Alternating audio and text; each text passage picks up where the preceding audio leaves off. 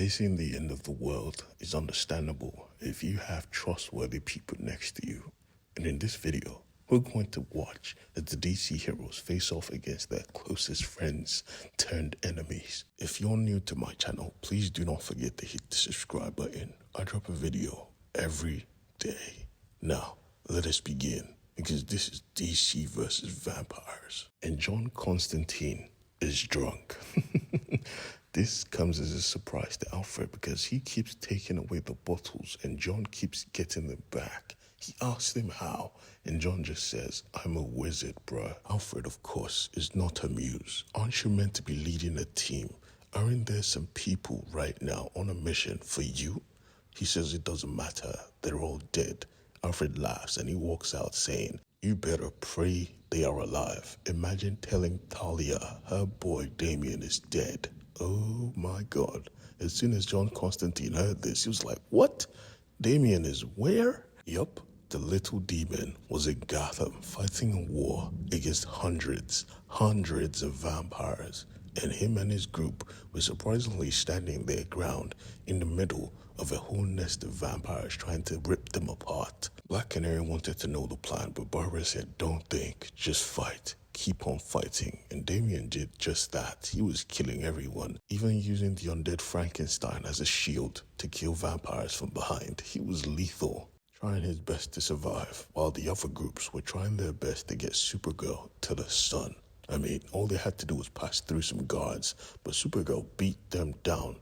She was embarrassed. "You guys have been protecting me all this time, but I could still throw a punch." Understanding how she felt, they stripped the guards of his clothing only to find out it was an alien. You see, Nightwing had brokered a deal not to infest the universe with vampirism, because vampires have no interest in things they cannot turn or feed on. So every single alien on the planet was going back to their home world, and still surprisingly wasn't against this idea. Supergirl and the Water Twin were offended because obviously they were aliens, but his logic was sound. "Most of the aliens I've met just tried to kill me." And from the shadow, someone agreed. As they looked, they found it was the main man, Lobo. Oh shit, I love this guy. Confused as fuck, they asked him, "Are you a vampire?" He said, "Nah, I just work here." And I guess that was the green light for Steel, because he tried to knock Lobo out, but this was Lobo. He dropped him on his head and grabbed the twin. He was about to end them right here, right now. But Supergirl brokered the deal because she knew the main man loves his deals. In the human farm though, Grifter was on the lookout, watching for Swamp Thing and Green Arrow because they were making weapons. Now we see why vampires actually went for the green first. The green was their enemy, because Swamp Thing alone was a bigger threat to every single vampire in existence. He was a walking arsenal against them, and now every single human held at this camp had a weapon. But the team in Gotham didn't need a weapon. They were weapons. I mean, they were killing hundreds of vampires all at once. Canary, even though they were winning, advised, "We need to move. We are too open." But Batgirl said, "No, we need to be here." And she asked why. And then we see why. The cavalry was here. The surviving members of the Bat family have brought bikes. Now with new means of transportation, their mission was going to succeed, because now nobody could stop them.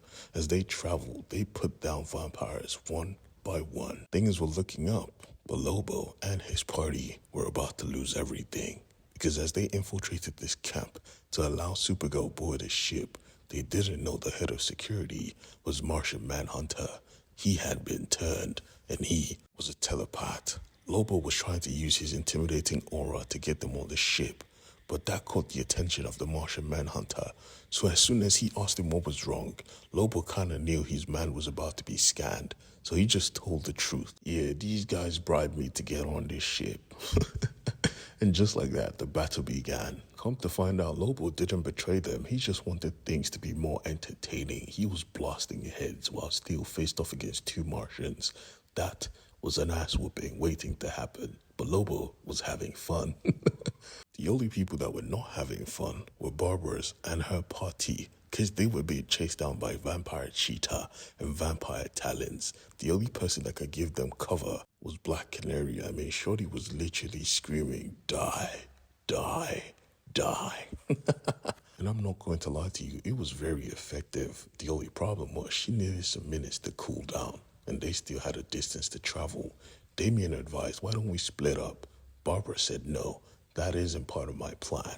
But her plan was falling to shit because Vampire Girl appeared, and he was a literal problem. I mean, he took out Frankenstein with one punch, but Frankenstein was the undead, so they were never going to turn back for him.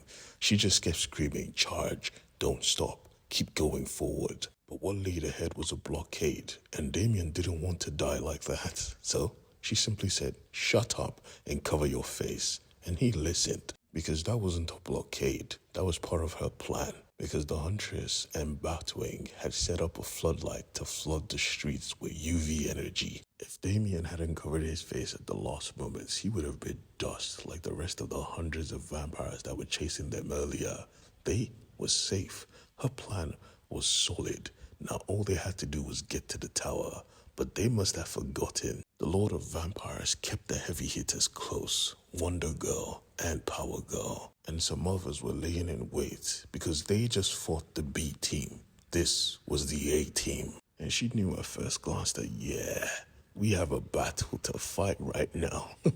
Steel, on the other hand, had just gotten his ass beat in a ridiculous way. I mean, people forget Martian Manhunter has the same strength level, or close to the same strength level as Superman. And more than that, he was telepathic. He could literally feel Steel was actually happy to die right now. Lobo, on the other hand, was still enjoying combat. I mean, he could have been the one to face off against Martian Manhunter, but he wanted to fight, so he was fighting his niece, Big Man. With Steel down, Martian Manhunter was satisfied, so he walked over to Kara, saying to Jaina, this is not your fight. We will make sure you get to your home world. Now stand down. Kara, you have to make a choice. Will you join the vampire army, or will you die now? Only for him to remove the cloak and find out he wasn't as good as he thought he was, because she wasn't here. Jaina literally made a water clone just to dupe this prick, and when he saw it, he was pissed off. Nobody plays tricks on me. He did a quick scan only to realize Kara was on a freaking plane already heading to the skies. He panicked. She should not be above the clouds. Somebody stop her. But it was already too late. She was already flying, and as she turned to see the sun, welcoming its glow, its touch of warmth, and suddenly she was gone. In a split second, her hope vanished. Her ship exploded. Kara, the last daughter of Krypton, was dead.